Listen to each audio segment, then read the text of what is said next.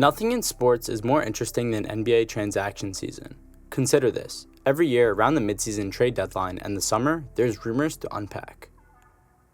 Playing with their phones in their pockets, well, so it didn't happen like we hoped it would, but it's not so unrealistic anymore. The NBA playoffs just may be underway, and there's still plenty of time to look at the stars that could use a change of scenery this summer. So, let's break down these couple of options. Up first, we have TJ Warren and the Pacers. Sometimes you just need a change of scenery. It's just a sense like it's time to move on, relocate, and get a new dig because your old ones don't feel right anymore. At Moe's Southwest Grill, they instructed me not to worry about scrubbing all the queso off the pan since they would still use it even if it wasn't completely clean. So I ran, scared for my stomach and life, and it happens, but this is not the situation. TJ Warren, who has played in just 4 games since the start of the 2021 season, hasn't played since December of 2020. And he had a season-ending foot surgery in 2020, rehabbed, and is considered returning this season, but the Indiana Pacers agreed to bench him for the rest of the season. Warren has fully recovered now, but his discussions between the Pacers and the representatives have concluded that returning to play so late in a season that wouldn't include playoffs made less of a sense than starting preparations for next year. A free agent this offseason, he should examine his options before reverting to losing 25 to 30 games per season in Indiana. Up next, we have Russell Westbrook and the Lakers. How do you handle Russell Westbrook? You can't bench him. It's difficult to move him due to his massive contracts. He doesn't belong in the league, but he's still good enough to make the team. To avoid hearing nothing from him on social media. The Lakers won't have that place. That experiment failed after 1 season, and Westbrook returning to La La Land for another journey around the sun is unlikely as me starting alongside Avery Bradley and Wenyen Gabriel. It's not a matter of whether, but where Westbrook goes. Mark Stein recently stated that the Charlotte Hornets could be interested in Westbrook's $47 million contracts. It's unclear if the Hornets owner Michael Jordan will support a deal for Westbrook, Stein said on his Substack blog. To get rid of Westbrook quickly, the Lakers will likely have to make transactions where they're the team taking on the more long-term money.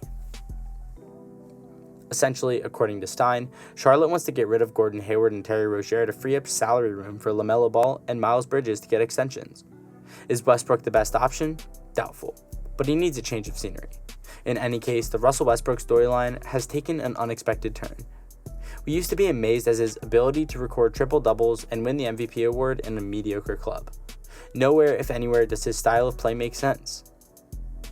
Maybe it's Westbrook's job to look in the mirror, and if difficulties follow you around, perhaps you are the issue. Up next, we have Donovan Mitchell and Rudy Gobert with the Utah Jazz. The new Netflix show, The Ultimatum, Marry or Move On, looks like a blast, and you can quickly delete brain cells. Nonetheless, it's hardly the worst premise I've ever seen for a Nick and Vanessa latchy sitcom. They encourage couples to put on their love to the test by meeting other possible partners. By the end, you should have decided whether to stay with your partner or move on to nothing, since an escape is the best alternative. This is my formal pitch to TNT, Netflix, or whomever. We need NBA duos. Consider the potential drama. We could tell tales. We'd expose enmity. This is a rare find, and I say we start today. Step up Donovan Mitchell and Rudy Gobert. The Jazz will do whatever it takes to keep Mitchell. They drafted him to be their franchise player, and he has delivered. Pricey, but not unmovable if the receiving team has cap room. Also, many teams would jump at the chance to re-sign a perennial defensive player of the year / all-NBA center. They don't always grow on trees. A recent episode of Zach Lowe's Low Post podcast featured Tim McMahon, who was as passionate as anyone about whether or not Mitchell was long for Utah. This is a no-brainer, no matter how hungry they are to create a championship team around Mitchell. Due to his rising prominence, he can no longer afford to repeat last year's mistakes in the same market. The New York Knicks are reportedly interested in him, despite not knowing what they can offer in return. Regardless, the Jazz must face their music and rethink their future, without one of their squabbling stars. And finally, in the last one, we have Bradley Beal and the Wizards.